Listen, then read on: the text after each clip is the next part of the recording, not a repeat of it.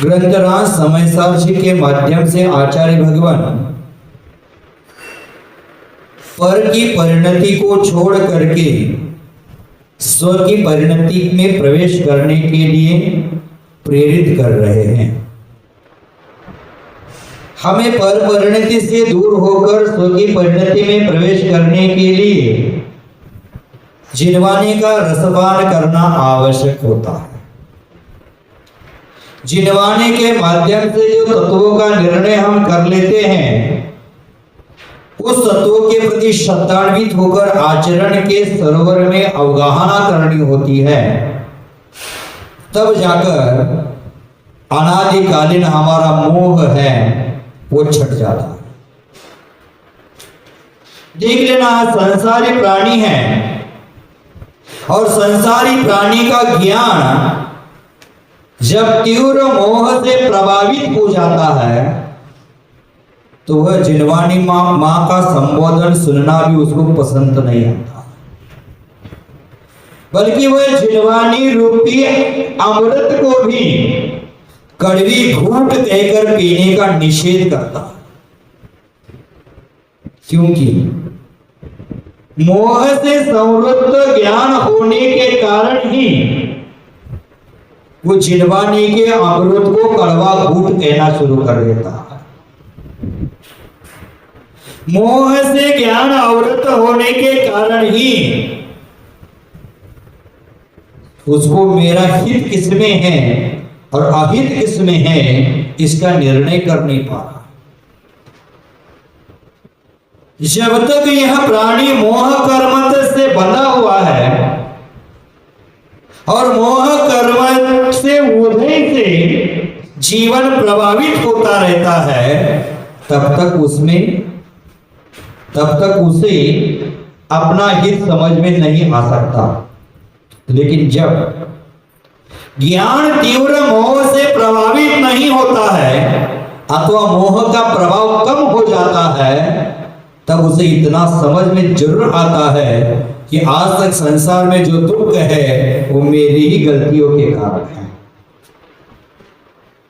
जो मैं खुद दुख, कष्ट, अशांति का जीवन जी रहा हूं वो मेरी ही गलतियों के कारण है, ये समझ में आता है।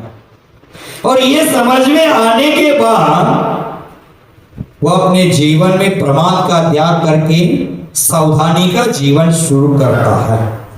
बंधु, वो ये सोचता है कि मेरे अनादिकालीन असावधानी का फल है कि आज मेरे जीवन में दुख के कांटे हैं, संकट के पत्थर मुझे चुभ रहे हैं, कि मात्र इसी के कारण कि अनादिकालीन असावधानी का परिणाम है और उसी के प्रतिफल में मुझे दुख, संकट, अशांति भोगनी पड़ रही है। इस प्रकार कड़वी घूंट को भी अनादिकाल से मैंने पिया है, लेकिन आज मेरा दुर्भाग्य है कि मैं जिनवानी के अमृत को भी मैं कड़वी घूंट समझ करके उसको छोड़ करके दूर भाग रहा हूं। बंधु, मोह से अवरुद्ध व्यक्ति हो जाता है, इसकी सैकड़ों उदाहरण हैं, हजारों उदाहरण हैं। मोह के कारण बुद्धि भ्रष्ट हो जाती है और बड़े बड़े व्यक्तियों के द्वारा भी अनर्थ हो जाते हैं, और अनर्थ का प्रमुख कारण है कि उसकी बुद्धि मोह से प्रभावित हो जाती है।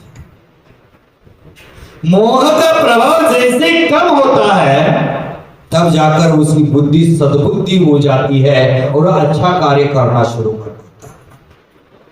मतलब मोह बुद्धि का प्रभाव कम करना है, हमारे जीवन में मिथ्यात्व का, मोह का, राग द्वेष का प्रभाव कम करना है, तो आचार्य महाराज जी ने एक ही दवाई कही है और वह दवाई है संयम का पान। संयम का अंगीकार करना। जिसके जीवन में संयम का राज्य प्रकट हो जाता है वह अपने आप संयम का जीवन जीता है, शांति का जीवन जीता है। बंधु, पुरुषार्थ करके हमें संयम का पालन करना चाहिए। जो पुरुषार्थी जो संयम का पालन करता है उसके जीवन में सुख की वर्षा प्रारंभ हो जाती है। यदि हमें अपने स्वभाव की प्राप्ति करना है तो भाई ये जगत के परद्रव्यों का आश्रय लेने से स्वभाव की प्राप्ति नहीं होने वाली। अगर हमें स्वभाव की प्राप्ति करना है, वो सम्यक ज्ञान का लाभ करना है, वो शाश्वत सुख की प्राप्ति करना है, तो हमारे जीवन में संयम का आश्रय लेना पड़ेगा। पर की ओर देखने की इच्छा को नियंत्रित करना पड़ेगा। हम देखते हैं पर की ओर और कहते हैं कि उसने संयम नहीं स्वीकारा, मैं क्यों स्वीकारूं। दूसरे को देखते हैं और हमारी चर्या को परिवर्तित कर देते हैं, ये कतई उचित नहीं है। ऐसा सोचना भी ठीक नहीं है। बंधु, दूसरे को देखने का प्रयास छोड़ करके स्वयं को देखना चाहिए। और जो खुद को देखता है एक दिन खुदा बन जाता है। हमने आज तक खुद को देखा नहीं, पर से प्रभावित हो गए और पर से प्रभावित होकर के संसारी जीव ने इस संसार में अनंत काल से दुखों को भोगा है। यह महामोह का ही परिणाम है। मोह ने जीव के ज्ञान को नशे में कर रखा है। फलता वह पर द्रव्य को अपना मानता है।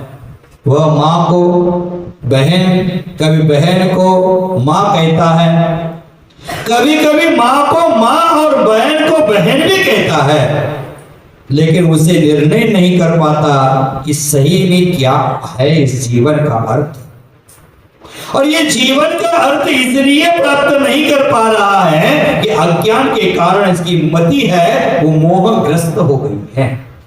आचार्य महाराज ने विगत चर्चा में चर्चा कर ली थी कि भूतकाल में वो मेरा था, वर्तमान में मेरा है, भविष्य में मेरा रहेगा।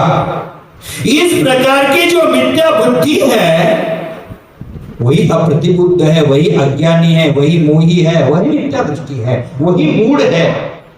और न भूत में वो मेरे थे, न वर्तमान में मेरे हैं, न भविष्य में मेरे रहेंगे। ऐसी बुद्धि रखने वाला व्यक्ति है वो सम्यक दृष्टि बन जाता है, सम्यक ज्ञानी बन जाता है और वह मोह का अंत करके शाश्वत सुख की प्राप्ति कर लेता है। ऐसी चर्चा कर लेती। आज आचार्य भगवान आगे चर्चा करते हैं। शिष्य ने प्रश्न किया है, अतः अप्रतिबुद्ध संबोधनार्थम व्यवसाय क्रियते। अब आचार्य महाराज क्या करते हैं? जो अप्रतिबुद्ध हैं, जिन्होंने परद्रव्य को अपना माना है, राग द्वेष को अपना माना है, किसी साधक ने पीछे कमंडल को अपना माना है, पीछे कमंडल के सहित शिष्यों को अपना माना है, अथवा सिद्ध के स्वरूप को अपना माना है, गुणस्थान आदि को अपना माना है, ऐसा जो अप्रतिबुद्ध शिष्य है उसको संबोधन